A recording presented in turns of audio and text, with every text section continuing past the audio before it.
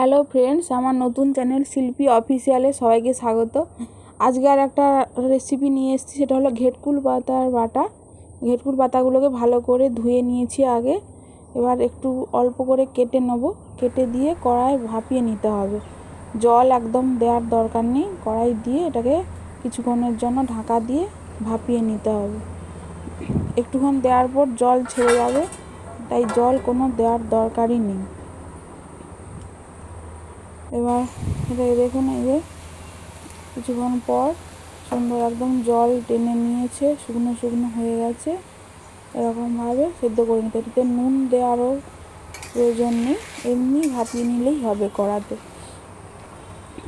কেননা নুন দিলে বেশি জল বেরিয়ে যায়, তাই এমনি ভাপিয়ে নিতে হবে। এবার এটাকে একটা থালার মধ্যে নিয়ে একটু ঠান্ডা করে নিতে হবে।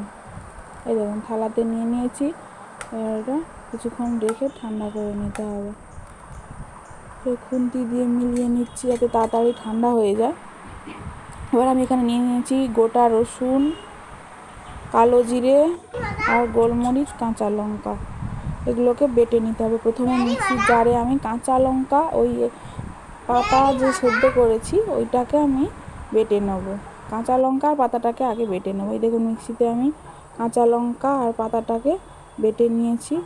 ওর মধ্যে রসুনগুলো যে ছিল ওগুলো দিয়ে দিয়েছি, দিয়ে একসঙ্গে পেস্ট করে নিয়েছি।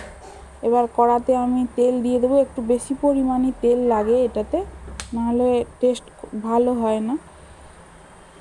আর তেলটা গরম হয়ে গেলে এখানে যে বাটাটা করে রেখেছি, কাঁচা লঙ্কা, পাতা এবং রসুন, এই তিনটে পেস্টকে আমি আগে প্রথমে তেলে দিয়ে নেব, দিয়ে ভালো করে নাড়াচাড়া করে নেব।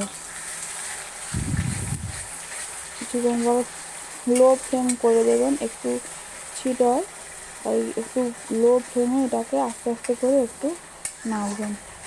এখন নুন দেওয়ার প্রয়োজন নেই, পরে নুনটা দিতে হবে। এবার আমি শিলে কালো জিরে, গোলমরিচ এই দুটোকে ভালো করে পেস্ট করে নেব। মিক্সিতে এটা ভালো হয় না, তাই শিলে বাটাটাই ভালো হয়। দেখুন, আমার বাটা হয়ে গেছে। এবার বাটাটাকে নিয়ে নেব।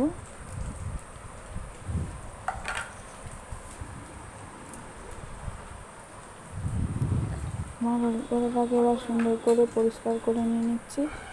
এবার আমি কড়াতে যেটা দিয়েছি আগে, ওই বাটাটাকে দেখে নেবো। দেখুন, অনেকটা টেনে গেছে, কালারও চেঞ্জ হয়ে গেছে, একটু কালো কালো হয়ে গেছে। এবার আমি নুন আর অল্প একটু হলুদ দিয়ে দেবো। হয়ে যাওয়ার পর, অনেকটাই হয়ে যাওয়ার পর তারপরে কিন্তু নুন হলুদটা অ্যাড করি আমি। আগে থেকে দিলে ওটা জলটা বেশি ছেড়ে যায়, টাইমটা একটু বেশি লাগে। এবার ওই যে বাটাটা, গোলমরিচ আর কালো জিরে বাটাটা যে করেছিলাম, এটা আমি দিয়ে দিচ্ছি। এটা দিয়ে একটু ভালো করে নাড়াচাড়া করে নেব। বাটাটাও আমি শেষের দিকে দিই, মশলার সেন্টটা ভালো থাকে।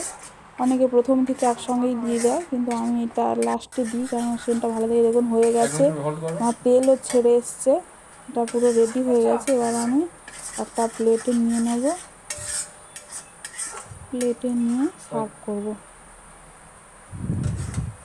দেখবেন তেলটা একদম সুন্দর ছেড়ে যাবে, তখন বুঝবেন যে হয়ে গেছে। কালারটাও আগের থেকে কালচে হয়ে যাবে, সবুজ ভাবটা কমে যাবে, তখনই বুঝবেন হয়ে গেছে।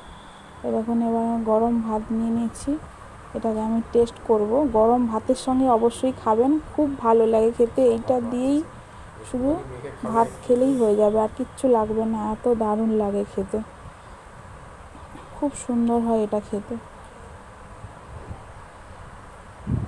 আমার যদি রেসিপিটা ভালো লাগে, আপনারা প্লিজ চ্যানেলটিকে সাবস্ক্রাইব করে দেবেন, লাইক করে দেবেন।